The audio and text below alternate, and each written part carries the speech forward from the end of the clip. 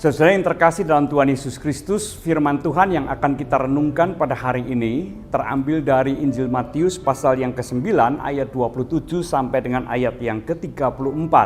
Dan saya akan membacakan demikian.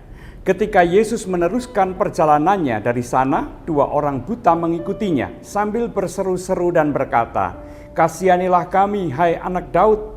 Setelah Yesus masuk ke dalam sebuah rumah, datanglah kedua orang buta itu kepadanya, dan Yesus berkata kepada mereka, "Percayakah kamu bahwa aku dapat melakukannya?"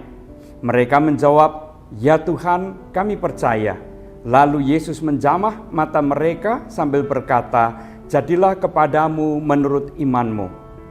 Maka meleklah mata mereka, dan Yesus pun dengan tegas berpesan kepada mereka, katanya, "Jagalah supaya jangan seorang pun mengetahui hal ini." Tetapi mereka keluar dan memasyurkan dia ke seluruh daerah itu. Sedang kedua orang buta itu keluar, dibawalah kepada Yesus seorang bisu yang kerasukan setan. Dan setelah setan itu diusir, dapatlah orang bisu itu berkata-kata. Maka heranlah orang banyak, katanya, yang demikian belum pernah dilihat orang di Israel. Tetapi orang Farisi berkata, dengan kuasa penghulu setan, ia mengusir setan. Demikianlah berita sukacita dari Injil Tuhan Yesus Kristus. Saudara yang terkasih di dalam Tuhan Yesus Kristus, mari kita awali perenungan kita dengan doa. Jikalau kami akan merenungkan firman-Mu ini, biarlah Roh Kudus-Mu memimpin dan menyertai kami. Dalam Kristus kami berdoa. Amin. Saudara-saudara yang saya kasihi, kita tadi membaca kesaksian Injil Matius tentang Tuhan Yesus yang menyembuhkan atau yang mencelikkan mata 2 orang buta dan mengusir setan dari seorang yang dirasuki setan sehingga ia mengalami kebisuan.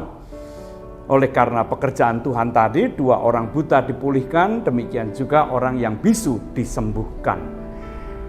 Nah, saudara yang terkasih dalam Tuhan Yesus Kristus, apa yang dilakukan oleh Tuhan Yesus itu mempunyai 2 tujuan, yaitu yang pertama menegaskan akan kemesiasannya. Yesus adalah Mesias yang diutus oleh Allah. Yang kedua, apa yang dikerjakan oleh Tuhan Yesus adalah merestorasi atau memulihkan ciptaan yang rusak. Supaya dengan demikian tanda-tanda pemerintahan dan kekuasaan Allah menjadi nyata. Dengan kata lain, pekerjaan Tuhan Yesus adalah menghadirkan kuasa dan pemerintahan Allah.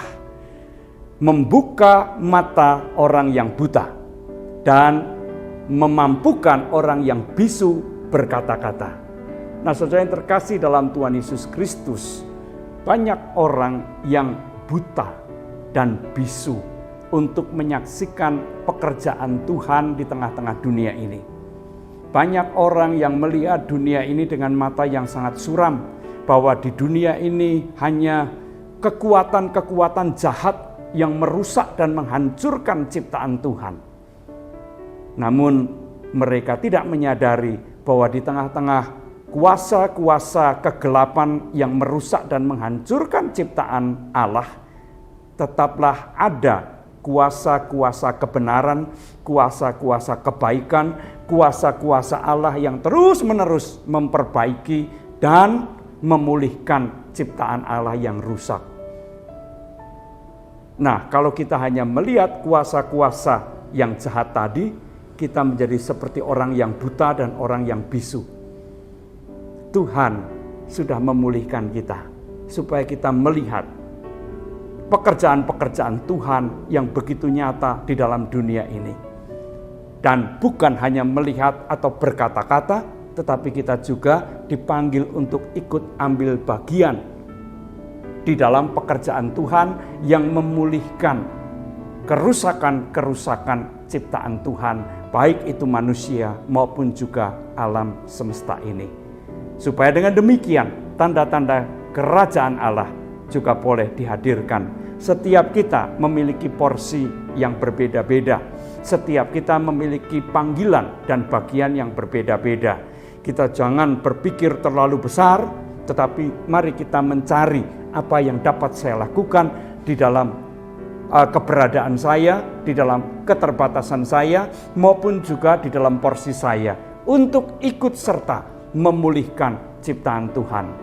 Bukan ikut serta menghadirkan keburukan dan kejahatan di dalam dunia ini, tetapi ikut serta menghadirkan kebaikan yang menumbuhkan pengharapan di tengah-tengah dunia. Tuhan memberkati. Amin. Mari kita kembali berdoa. Ya Tuhan, jadikanlah kami sebagai alat-Mu untuk ikut ambil bagian di dalam pekerjaan-Mu, memulihkan ciptaan-Mu di tengah-tengah dunia yang mengalami kerusakan ini, supaya kehadiran dan apa yang boleh kami kerjakan menumbuhkan pengharapan bagi banyak orang. Di dalam Kristus kami berdoa. Amin.